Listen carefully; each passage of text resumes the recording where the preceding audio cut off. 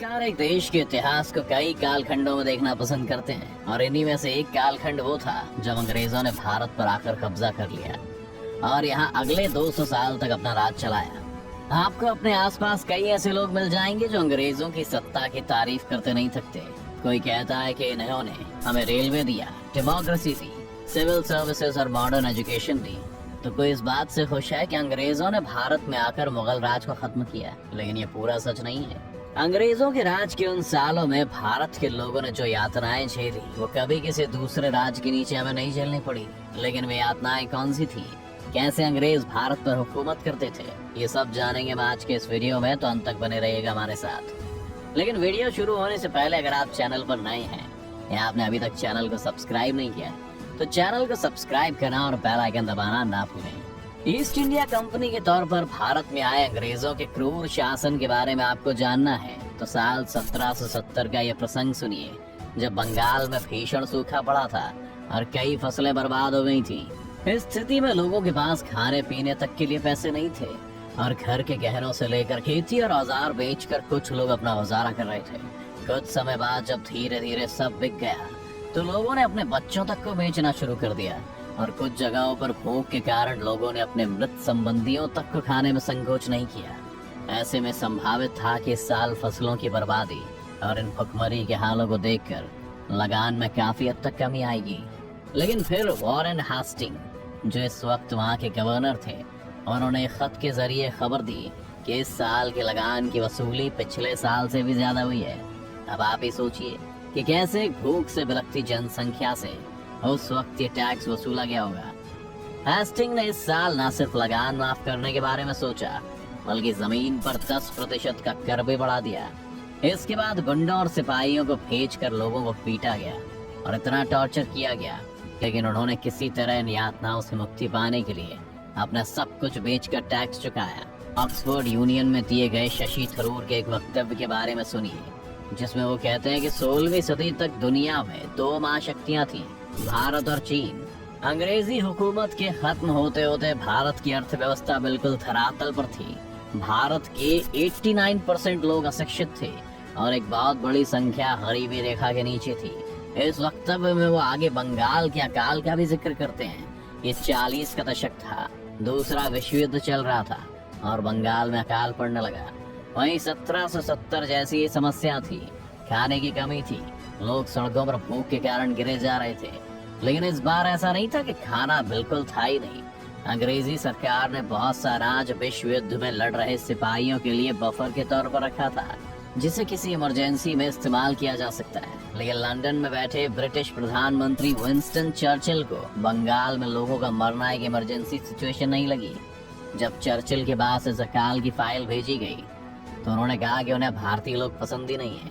वो भारतीयों को ऐसी निचली नस्ल के खरगोश कहते हैं जो हमेशा बच्चे ही पैदा करते रहते हैं। चर्चिल ने फाइल वापस भेजते हुए फाइल के अंत में ये भी लिखा कि अगर स्थिति इतनी गंभीर है तो गांधी की मौत अब तक क्यों नहीं हुई है। ये प्रसंग भी दर्शाता है कि भारतीयों को अंग्रेज किस लायक समझते थे। ब्रिटिश ऑफिसर्स के सख्त निर्देश थे कि वो अपने यहाँ काम कर रहे भारतीय नौकरों की तनख्वाह न बढ़ाएं। नौकर रखने का शौक भी अंग्रेजों को भारतीय नवाबों को देखकर आया, जिनसे वो हमेशा इम्प्रेस रहते थे। और फिर जब उनका कब्जा यहाँ हुआ तो उन्होंने भी कई नौकर रखकर खुद को इन नवाबों जैसा जीवन देने की कोशिश की। उस वक्त के कई विवरण बताते हैं कि एक अंग्रेज ऑफिसर की रैंक को देखते हुए उसके पास 2 से 3 नौकरों से लेकर 50 से 100 नौकर तक भी हुआ करते थे, जिनमें भी जाति के आधार पर काम सौंपा जाता था। अंग्रेजों के बारे में जो दूसरी बड़ी भ्रामक बात है वो ये है कि उन्होंने जाति प्रथा को खत्म करने का प्रयास किया, जबकि ऐसा नहीं था। वो इस व्यवस्था से काफी खुश थे और ज्यादातर उनके नौकर भी वही काम किया करते थे जो जाति के आधार पर उनके समुदाय को करने के लिए कहा गया। इन नौकरों को लेकर जो अंग्रेजों की उत्सुकता थी उसे एक वक्त के चित्र में कुछ यूं दर्शाया गया है कि एक अंग्रेज एक टॉयलेट सीट पर बैठा है और एक नाई उसके पीछे उसके बाल और नाखून काटने के लिए तैयार खड़ा है। एक खानजामा उस अंग्रेज को वहीं पर चाय दे रहा है और एक व्यक्ति उस अंग्रेज के पैर दबा रहा है। अंग्रेजों को दुनिया भर में रेसिज्म, ये नस्ल भेद फैलाने का भी जिम्मेदार माना जाता रहा है। उन्होंने भारत में भी इसको प्रथा का काफी इस्तेमाल किया।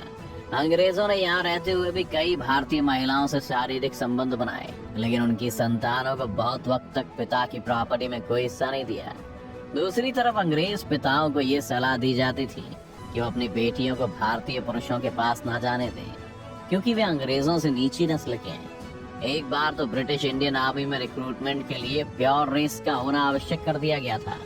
प्योर रेस यानी आप चाहे पूरी तरह से भारतीय हो या पूरी तरह से अंग्रेज हो तो ही भारतीय सेना में आ सकते हैं।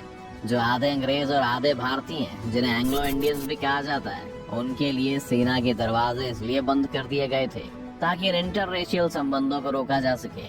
अंग्रेजों के क्रूरता के किस्से तो कई और हैं, जैसे 1857 का वो दौर जब सेना की कुछ रेजिमेंट्स में बगावत खड़ी हो गई थी और ये आग फिर दिल्ली तक फैली।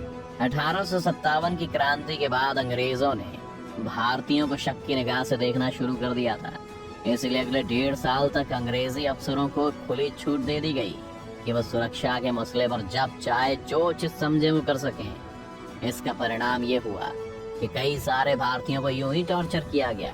कईयों को तो चौराहे के बीच लटका कर सूली, बाकी लोगों को चेतावनी देने की भी कोशिश की गई। 1857 के गदर की एक कहानी और भी है जो शायद इतनी भयानक नहीं है क्योंकि मिर्जा गालिब से जुड़ी है। कहते हैं कि 1857 के गदर के बाद मुसलमानों पर दिल्ली में खास तौर पर शक किया जाने लगा और ऐसे में सभी को हाजिरी लगाई जा रही थी।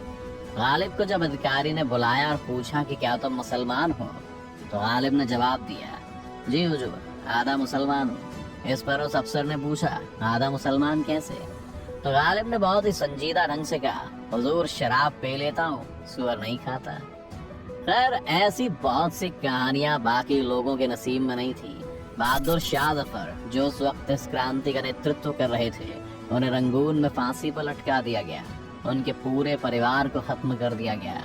यही अंग्रेज फिर 1919 में जलियांवाला बाग के हत्याकांड करते हैं। दोनों विश्व युद्धों में अपनी लड़ाई लड़ने के लिए लाखों की संख्या में भारतीय नौजवानों को समुद्र पार लड़ने में भेजते हैं। ब्रिटिश शासन ने सिर्फ हमें आधिकारिक तौर पर गुलाम बनाया था, बल्कि उन्होंने इस देश की चेतना तक को भी इससे छीनने की कोशिश की थी। और हमें इतिहास कभी नहीं भूलना चाहिए।